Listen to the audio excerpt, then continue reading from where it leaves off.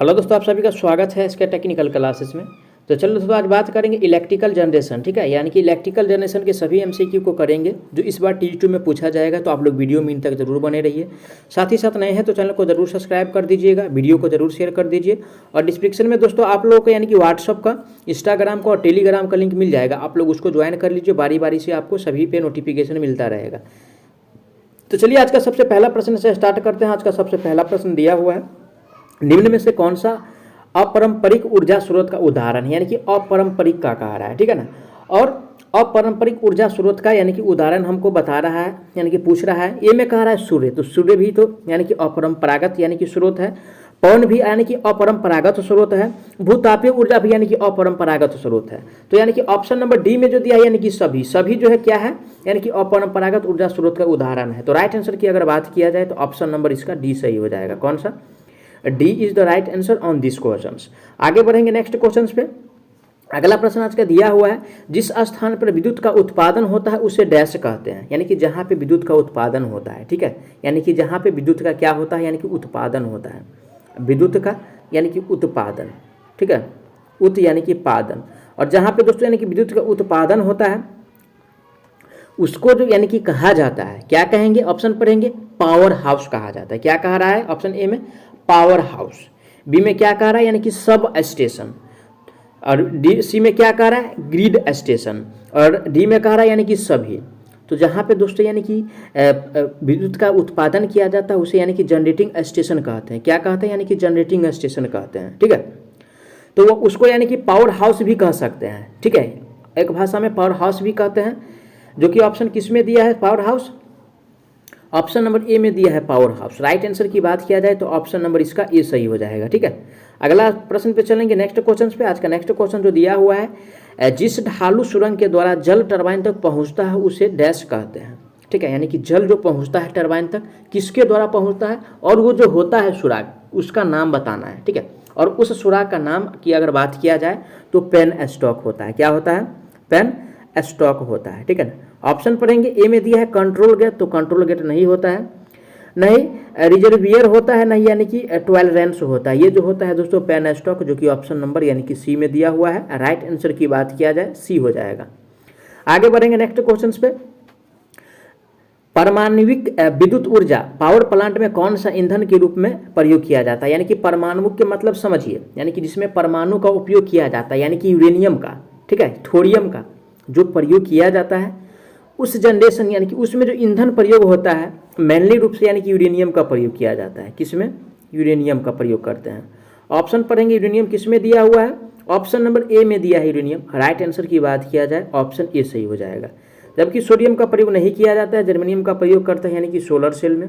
ठीक है, solar cell में यानी कि जर्मेनियम का प्रयोग किया जाता है। ठीक है ना। पोटेशियम का प्रयोग बैटरी में किया जाता है। ये सब ध्यान रखिएगा दोस्तों। आगे बढ़ेंगे नेक्स्ट क्वेश्चन पे। आज का अगला प्रश्न दिया हुआ है, परमाणविक विद्युत ऊर्जा पावर प्लांट में ऊर्जा स्रोत से किस विधि द्वारा ऊर्जा प्राप्त किया जाता है? ठीक है, यानी कि ऊर्जा जो प्राप्त करते हैं, ठीक है ना, यानी कि न्यूक्लियर पावर प्लांट में जो ऊर्जा प्राप्त किया जाता है किस विधि के द्वारा प्राप्त करते हैं? तो देखिए, न्यूक्लियर पावर प्लांट में, ठीक है, न्यूक्लियर पावर प्लांट, और न्यूक्लियर पावर प्लांट में ऊर्जा प्राप्त किया जाता है। ठीक है, न्यूक्लियर पावर प्लांट में ऊर्जा जो प्राप्त किया जाता है ये विखंडन के द्वारा। ठीक है, किसके द्वारा? नियंत्रित नाभिकीय विखंडन के द्वारा। नियंत्रित नाभिकीय विखंडन के द्वारा। ऑप्शन पढ़ेंगे, नाभिकीय विखंडन के द्वारा, नियंत्रित नाभिकीय विखंडन के द्वारा। ठीक है, नियंत्रित नाभिकीय संलयन के द्वारा नहीं, संलयन जो होता है दोस्तों यानी कि सोलर सेल में होता है, ध्यान रखिएगा। जबकि विखंडन जो होता है यानी कि न्यूक्लियर पावर प्लांट में होता है, न्यूक्लियर, जो कि ऑप्शन नंबर डी में दिया हुआ है। राइट आंसर की बात किया जाए डी सही हो जाएगा। आगे बढ़ेंगे नेक्स्ट क्वेश्चन पे। आज का अगला प्रश्न दिया हुआ है, अच्छे शीतक में न्यूट्रॉन अवशोषित करने की क्षमता डैश होती है। देखिए, अच्छे शीतक में यानी कि अच्छे यानी कि शीतक की अगर बात किया जाए तो अच्छे यानी कि शीतक में जो न्यूट्रॉन अवशोषित करने की क्षमता होता है वो जो होता है दोस्तों यानी कि कम होता है। क्या होता है? न्यूट्रॉन अवशोषित करने की क्षमता। एक मिनट, फिर से क्वेश्चन पढ़ेंगे। अच्छे शीतक में न्यूट्रॉन अवशोषित करने की क्षमता, ठीक है, क्या होता है? यानी कि अधिक होता है। ठीक है ना। न्यूट्रॉन को जो अवशोषित करता है ये यानी कि ज़्यादा करता है, अच्छा अगर शीतक है तो। राइट आंसर की बात किया जाए ऑप्शन ए में दिया है अधिक, करेक्ट आंसर जो होगा ऑप्शन इसका ए सही हो जाएगा। आगे बढ़ेंगे नेक्स्ट क्वेश्चन पे। नेक्स्ट क्वेश्चन है हवा के किस ऊर्जा का रूपांतरण पवन चक्की करता है? हवा का, ठीक है दोस्तों, हवा का जो यानी कि ऊर्जा का, हवा के किस ऊर्जा का रूपांतरण पवन चक्की करता है दोस्तों? यानी कि पवन चक्की जो करता है हवा का यानी कि रूपांतरण, ये जो करता है आपको यानी कि गतिज, किसमें? अगर गतिज नहीं रहेगा तो क्या होगा, यानी कि वहाँ पे विद्युत नहीं बनेगा, ठीक है, गतिज ऊर्जा। ऑप्शन पढ़ेंगे, ए में कह रहा है स्थितिज ऊर्जा, तो स्थितिज ऊर्जा से तो संभव नहीं है, विद्युतीय ऊर्जा से भी नहीं, नाभिकीय ऊर्जा से, ये जो होगा ओनली फॉर गतिज ऊर्जा से, क्योंकि हवा की बात कर रहा है, तो राइट आंसर सी सही हो जाएगा। आगे बढ़ेंगे अगला प्रश्न पे।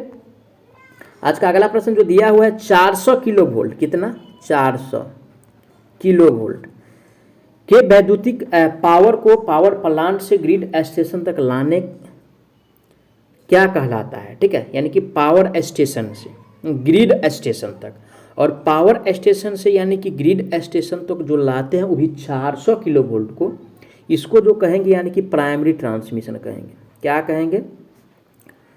प्राइमरी ट्रांसमिशन कहेंगे। ऑप्शन पढ़ेंगे, ए में दिया हुआ है प्राइमरी ट्रांसमिशन, राइट आंसर की बात किया जाए ऑप्शन ए सही हो जाएगा। सेकेंडरी ट्रांसमिशन इसको नहीं कहा जाता है, नहीं प्राइमरी डिस्ट्रीब्यूशन कहेंगे, नहीं सेकेंडरी डिस्ट्रीब्यूशन कहेंगे। आगे बढ़ेंगे नेक्स्ट क्वेश्चन पे। नेक्स्ट क्वेश्चन है यानी कि वितरण केंद्र से उपभोक्ता तक पहुंचाने वाली लाइन को डैश कहता है, यानी कि वितरक केंद्र से, और वितरक केंद्र से उपभोक्ता तक पहुंचाने वाली लाइन को जो कहेंगे दोस्तों, ठीक है, इसको यानी कि सर्विस लाइन कहा जाता है। क्या कहा जाता है? Service line. ऑप्शन नंबर किस में दिया है? Service line. ए में कह रहा है यानी कि फीडर, तो फीडर का ये वर्क नहीं है, नहीं ट्रांसमिशन फीडर का वर्क है, ठीक है ना। राइट आंसर की बात किया जाए ऑप्शन नंबर इसका यानी कि सी सही हो जाएगा, C is the right answer on this question. आगे बढ़ेंगे नेक्स्ट क्वेश्चन पे। नेक्स्ट क्वेश्चन है डिस्ट्रीब्यूशन सब स्टेशन से उपभोक्ताओं के लोड सेंटर तक संचरण डैश कहलाता है, यानी कि डिस्ट्रीब्यूशन सब स्टेशन से लेकर के यानी कि लोड सेंटर तक, और लोड सेंटर तक जो जोड़ा जाता है दोस्तों किसके द्वारा जोड़ते हैं? ये जो जोड़ते हैं यानी कि सेकेंडरी ट्रांसमिशन के द्वारा। किसके द्वारा? ऑप्शन फिर से पढ़ेंगे, डिस्ट्रीब्यूशन सब स्टेशन से उपभोक्ताओं के लोड सेंटर तक, ठीक है, यानी कि लोड सेंटर तक कह रहा है, और लोड सेंटर तक जो जोड़ा जाता है, ये जो जोड़ता है यानी कि सेकेंडरी डिस्ट्रीब्यूशन जोड़ता है। कौन सा? यानी कि सेकेंडरी डिस्ट्रीब्यूशन जोड़ता है। ऑप्शन पढ़ेंगे, ए में दिया हुआ है, फिर से क्वेश्चंस पढ़ेंगे दोस्त, डिस्ट्रीब्यूशन सब स्टेशन से, डिस्ट्रीब्यूशन सब स्टेशन से, ठीक है, उपभोक्ता के लोड सेंटर जहां ट्रांसफार्मर लगा होता है, तो वहां तक जो होता है लाइन दोस्तों, यानी कि ये जो होता है यानी कि सेकेंडरी ट्रांसमिशन ही होता है, सॉरी माफ़ कीजिएगा, ठीक है, सेकेंडरी ट्रांसमिशन होगा, डिस्ट्रीब्यूशन नहीं होगा। जब ट्रांसफार्मर से घर द्वारा घर तक यानी कि पोल तक पहुंचाते हैं उसको सेकेंडरी डिस्ट्रीब्यूशन कहते हैं, ये ध्यान रखिएगा। राइट आंसर जो होगा ऑप्शन इसका बी सही हो जाएगा, यानी कि सेकेंडरी ट्रांसमिशन हो जाएगा। आगे बढ़ेंगे अगला प्रश्न पे। अगला प्रश्न दिया है, दो आरसीसी खंबे के बीच की दूरी कितनी होनी चाहिए, यानी कि आरसीसी का कहा रहा है, ठीक है, आरसीसी का। आम भाषा में इसको समझ यानी कि सीमेंट वाला, क्या? यानी कि सीमेंट वाला, और सीमेंट वाला का जो प्रयोग करते हैं यानी कि लोकल एरिया में किया जाता है, और इसका जो डिस्टेंस होता है यानी कि सीमेंट वाला का, ठीक है, इसका डिस्टेंस होता है यानी कि 60 से 100 मीटर, ठीक है, 60 से 100 मीटर। जबकि लकड़ी की अगर बात किया जाए तो यानी कि कितना होता है, तो 40 से 50 मीटर लकड़ी का यानी कि रखा जाता है, ठीक है ना। तो राइट आंसर की अगर बात किया जाए ऑप्शन किस में दिया है? 50 से 60, ऑप्शन नंबर यानी कि सी में दिया हुआ है। राइट आंसर की बात किया जाए ऑप्शन सी सही हो जाएगा। जबकि डी में जो दिया हुआ है 100 से 300 ये स्टील टावर का हो जाएगा, ठीक है, टावर का हो जाएगा जहाँ बहुत ज़्यादा है। चलिए नेक्स्ट क्वेश्चन पे चलते हैं। अगला प्रश्न है, एसी का सतह प्रवाह किन कारकों पर निर्भर करता है? एसी का यानी कि सतह प्रवाह, यानी कि एसी का जो सतह प्रवाह होता है कौन कौन से कारक पर निर्भर करता है? और दोस्तों यानी कि ये जो डिपेंड करता है फ्रीक्वेंसी पे भी डिपेंड करेगा, चालक का व्यास पे भी डिपेंड करेगा, चालक की आकृति पे भी डिपेंड करेगा, तो यानी कि सभी पे जो है यानी कि सतह का प्रभाव जो है डिपेंड करता है। तो राइट आंसर ऑप्शन इसका डी सही हो जाएगा। आगे बढ़ेंगे नेक्स्ट क्वेश्चन पे। एसी के किस गुण के कारण ओजोन गैस पैदा होता है? ठीक है, तो ओजोन गैस जो पैदा होता है दोस्तों ये जो होता है, ठीक है ना, ये कोरोना के कारण होता है। किसके कारण? कोरोना लॉस के कारण होता है। ये बैगनी कलर का होता है जो हाई ट्रांसमिशन लाइन में देखने को मिलता है। राइट आंसर की बात किया जाए कोरोना जो दिया है ऑप्शन नंबर यानी कि सी में दिया है, करेक्ट आंसर ऑप्शन इसका सी सही हो जाएगा। नेक्स्ट क्वेश्चन पे चलेंगे। नेक्स्ट क्वेश्चन से दिया हुआ है ऑयल सर्किट ब्रेकर में आर्क को कौन समाप्त करता है, यानी कि ऑयल में कह रहा है, ऑयल सर्किट ब्रेकर में, ठीक है। और ऑयल सर्किट ब्रेकर में जो यानी कि आर्क को समाप्त करेगा, ठीक है, इसका एक ट्रिक बता रहा है, जिससे यानी कि जिसका सर्किट ब्रेकर है, जैसे ऑयल का है तो ऑयल ही समाप्त करेगा, एयर का है तो एयर ही समाप्त करेगा, ठीक है ना।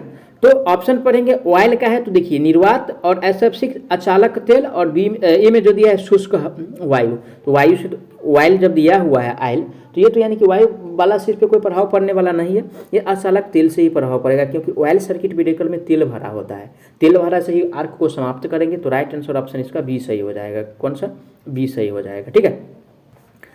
आगे बढ़ेंगे। आज का अगला प्रश्न दिया है, एयर ब्लास्ट सर्किट ब्रेकर में वायु का दाब कितना होता है, यानी कि एयर ब्लास्ट में कह रहा है, ठीक है, एयर ब्लास्ट में कह रहा है। और एयर ब्लास्ट में यानी कि वायु का जो दाब होता है, ठीक है, वायु का जो दाब होता है ये होता है आपको यानी कि एयर ब्लास्ट में यानी कि 30 से, ठीक है, यानी कि 30 से 40 kg प्रति सेंटीमीटर स्क्वायर। ऑप्शन किस में दिया है? 30 से 40।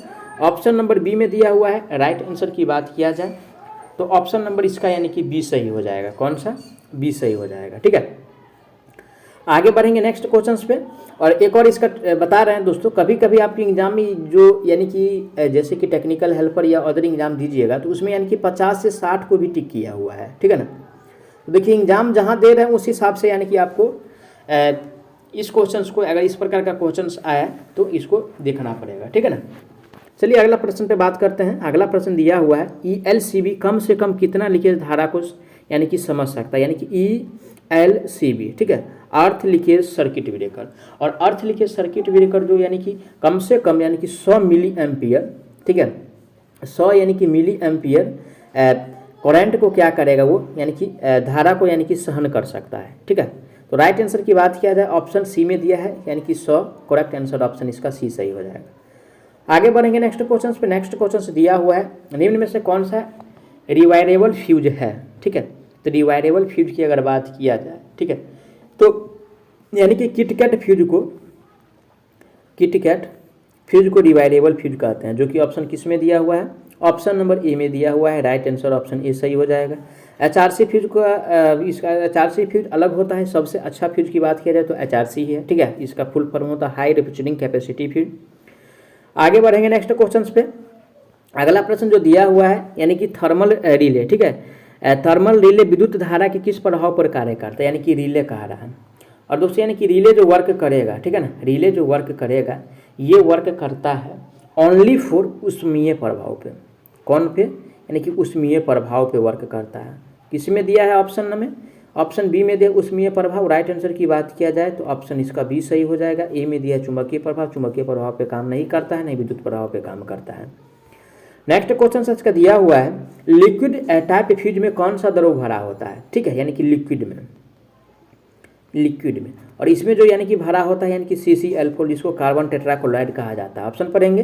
ए में दिया CO2, तो CO2 नहीं भरा होता है, यानी कि CCl4 जो दिया है बी में दिया हुआ है। राइट आंसर ऑप्शन इसका बी सही हो जाएगा। आगे बढ़ेंगे नेक्स्ट क्वेश्चन पे। नेक्स्ट क्वेश्चन से दिया हुआ है, लिक्विड टाइप फ्यूज में कौन सा द्रव भरा होता है, तो सेम ही क्वेश्चन है, यानी कि CCl4 भरा होता है, ठीक है। आगे बढ़ेंगे। निर्वात सर्किट ब्रेकर में हवा का दबाव जो है पारे का -mm रखा जाता है, तो ये जो रखा जाता है 10 के पावर यानी कि 3 mm रखा जाता है, -3 mm, जो कि ऑप्शन नंबर बी में दिया है। राइट आंसर इसका यानी कि बी सही हो जाएगा। आगे बढ़ेंगे नेक्स्ट क्वेश्चन पे। नेक्स्ट क्वेश्चन से दिया हुआ है, सर्किट ब्रेकर किस विद्युत वितरण परिपथ को किस अवस्था में तोड़ने और जोड़ने का यानी कि कार्य करते हैं। तो सामान्य में भी यानी कि तोड़ने का कार्य करती है, और असामान्य में भी यानी कि क्या करता है, सामान्य में तोड़ने का कार्य करती है और असामान्य में यानी कि जोड़ने का कार्य करती है। फिर से पढ़ेंगे क्वेश्चन, सर्किट ब्रेकर किस विद्युत वितरण परिपथ के किस अवस्था में तोड़ने और जोड़ने का कार्य करते हैं, तो सामान्य और असामान्य में, ठीक है, सामान्य और असामान्य में। ऑप्शन किस में दिया है? सामान्य और असामान्य। ऑप्शन नंबर ए में दिया है। राइट आंसर की बात किया जाए तो ऑप्शन नंबर इसका ए सही हो जाएगा, ठीक है। नेक्स्ट क्वेश्चन पे चलेंगे। नेक्स्ट क्वेश्चन से दिया हुआ है, किस उद्देश्य से सर्किट ब्रेकर में तेल भरा होता है, ठीक है। और दोस्तों यानी कि तेल जो भरा होता है, ठीक है, तेल को जो भरते हैं परिपथ को तोड़ते समय पैदा हुई चिंगारी को बुझाना, ठीक है, आर्क को क्या करता है, समाप्त करता है और ठंडा भी करता है, ठीक है ना, सेजों को ठंडा भी करता है। ए में कह रहा है ब्रेकर का वजन बढ़ाना, तो ब्रेकर का वजन बढ़ाएंगे तो क्या, ये तो अच्छा बात नहीं है, ठीक है ना। बी में दिया है युक्ति का निम्न तापमान पर प्रचालन सुनिश्चित करना, ऐसा भी नहीं है। चारों ओर की वायु आयनीकरण को रोकना, ऐसा भी नहीं है। यानी कि परिपथ के तोड़ते समय पैदा हुई चिंगारी को बुझाना और शरीरों को ठंडा करना। तो राइट आंसर जो होगा ऑप्शन इसका डी सही हो जाएगा, ठीक है। आगे बढ़ेंगे नेक्स्ट क्वेश्चन पे। नेक्स्ट क्वेश्चन से दिया हुआ है निम्नलिखित में से कौन सी दो प्रकार की ट्रिपिंग व्यवस्था सर्किट ब्रेकर में होती है, यानी कि ट्रिपिंग व्यवस्था। और ट्रिपिंग व्यवस्था जो होता है ये आपको देखने को मिलेगा श्रेणी, अतिभार ट्रिपिंग कुंडली एवं शंट ट्रिपिंग कुंडली, जो कि ऑप्शन नंबर बी में दिया है। राइट आंसर इसका बी सही हो जाएगा, ठीक है। आगे बढ़ेंगे नेक्स्ट क्वेश्चन पे। नेक्स्ट क्वेश्चन आज का दिया हुआ है किस प्रकार की युक्ति सर्किट ब्रेकर में शॉर्ट सर्किट अवस्था में ट्रिपिंग के लिए प्रयोग की जाती है। और शॉर्ट सर्किट अवस्था में ट्रिपिंग के लिए जो प्रयोग किया जाता है, ठीक है, चुंबकीय एवं उष्मीय में, किस में, यानी कि चुंबकीय और प्लस में यानी कि उष्मीय में किया जाता है। ऑप्शन किस में दिया है, ऑप्शन नंबर ए में दिया है। राइट आंसर जो होगा ऑप्शन इसका ए सही हो जाएगा।